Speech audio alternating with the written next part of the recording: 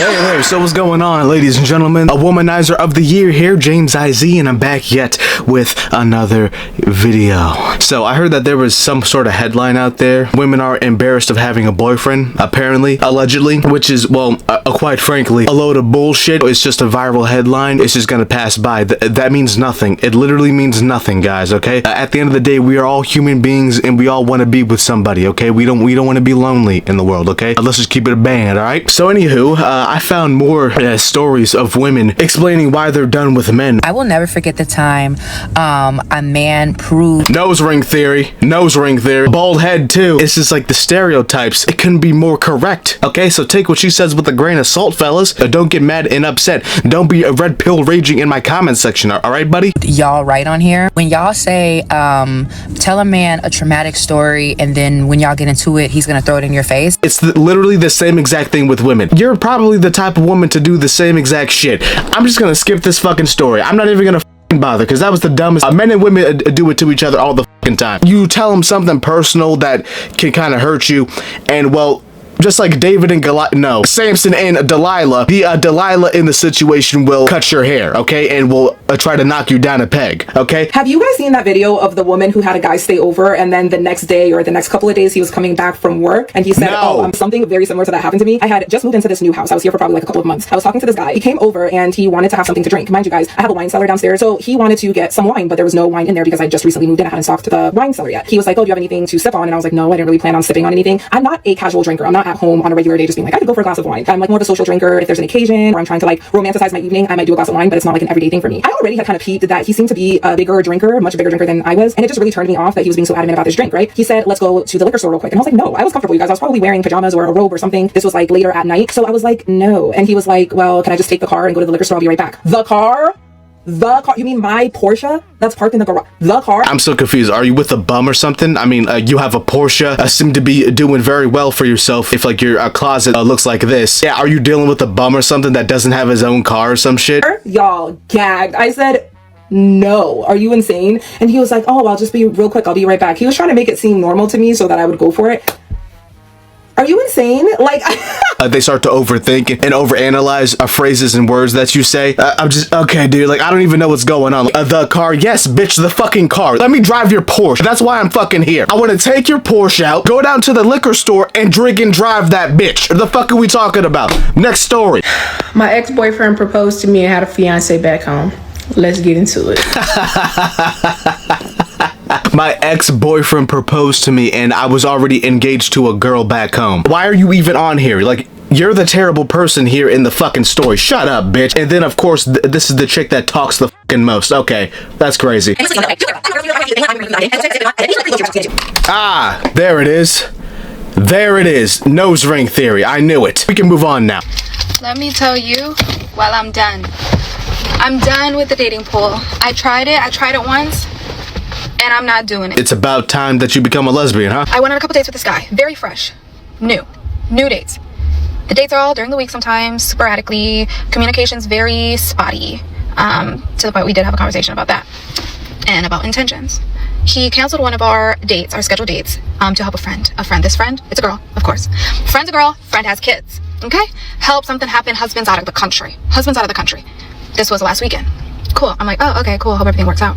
He's calling me, telling me like pretty much, I don't want to tell her business, but she was expecting something and now she no longer has it. If you kind of pick up, but I don't want to say anything. So I'm thinking like, okay, miscarriage or something, whatever.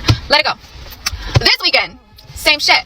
He's over there and he doesn't just go to help. He stays the night, y'all. He stays the night. So so this dude that she's dealing with, he has other hoes, and that's why she's upset because she's going after the guy that everyone else wants apparently, and then apparently he was staying over a friend's house. I mean, it's pretty obvious as to what's going on here, sweetheart. And I'm gonna hold your hand when I say this. The more chances you give a man, the more desperate you look. And I don't care if that man is your husband, your baby daddy, your high school sweetheart. If you keep forgiving that man, he is gonna play in your face again. He knew when he did it, it could possibly break you two up, but the chicks that do that, they probably subconsciously like it, or they think that's normal or something like that. I don't really know psychology like that, but I think that's how it works, but whatever the fuck. Statistically speaking, on average, men tend to regret breakups a lot more than women do. Researchers tracked 5,705 participants across 96. Actually, the statistics say this. The percentages are like this. Blah blah blah blah blah blah blah. Shut the fuck up! I don't care. So I saw this post online and I want to talk about it. It says, we were together for 5 years until he made me mad one day and I left him.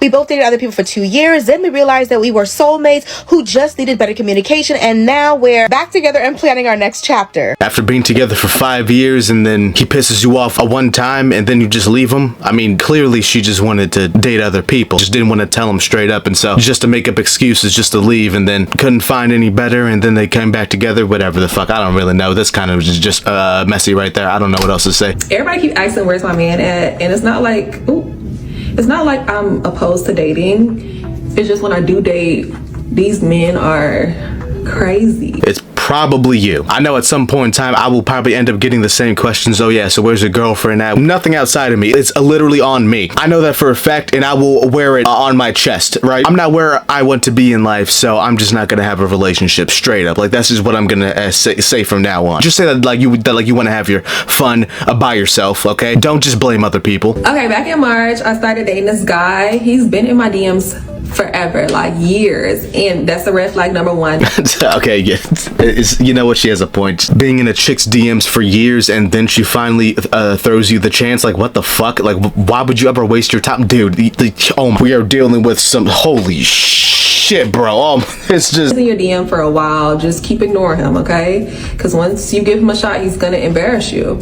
So he asked to take me out on a date, and looking at his pictures, he is not my type at all. Okay, and then you still threw him the fucking chance. I don't like bitches like you. So I'm blowing up his phone. So then the next morning, I'm like, oh, okay, so now you're blowing up his phone. Okay. There is nothing worse than a male-centered woman who doesn't think she's male-centered. I met this girl back in like 2023 on Bumble BFF, which was my first mistake. I have never once had a positive experience meeting someone off of Bumble BFF. You've had a positive experience on just dating apps and friendship apps in general? And with this girl, she seemed very similar to me in terms of our lifestyle and the things that we enjoy doing. That's how she presented herself. Like, meeting a friend off of an app is just insane to me. Okay, well, I mean, then again, guys have been doing this for years. Back in the day when video games, you know, like when like online multiplayer video games were actually good, dudes would like just meet each other like on Xbox or like the PlayStation 3 and like have like lifelong friendships over the game and shit. You know what I mean? Like, that's an actual thing. So I guess with women they could do that too. I guess, maybe, I don't know. Get to know each other, and we decide for our first little friend date, we're gonna go to the Rouge Room. It was my recommendation. I had never been there, but I heard a lot about it, and I was like, let's go check it out. We ended up going to Rouge Room. It's over in the Red Rock Casino. If you guys are in Vegas, you know what I'm talking about. We start to get to know each other, and she's telling me that she's from some other state. She just moved here, and she's like kind of new to Vegas. She doesn't know she wants to stay. The reason why I thought we were going to click is because she seemed like she enjoyed things like travel, nice kind of like luxurious experiences. I love the spa. I love to shop. I love all things girly, right? And she seemed similar to me, so I was like, that's great. I was excited to meet someone who didn't seem to be so caught up in like the lifestyle of Vegas. There's a lot of people who work in entertainment and nightlife out here, and it just seems to be that the focus is always getting one over on somebody or getting somebody to do something for you. Okay, well, yeah, welcome to Vegas, sweetheart. The city that's built from gambling and people's addictions. They literally legalized prostitution over there. I don't expect to find a lifelong friendship or a partner there in Vegas. I expect to go there for the weekend to have a cocaine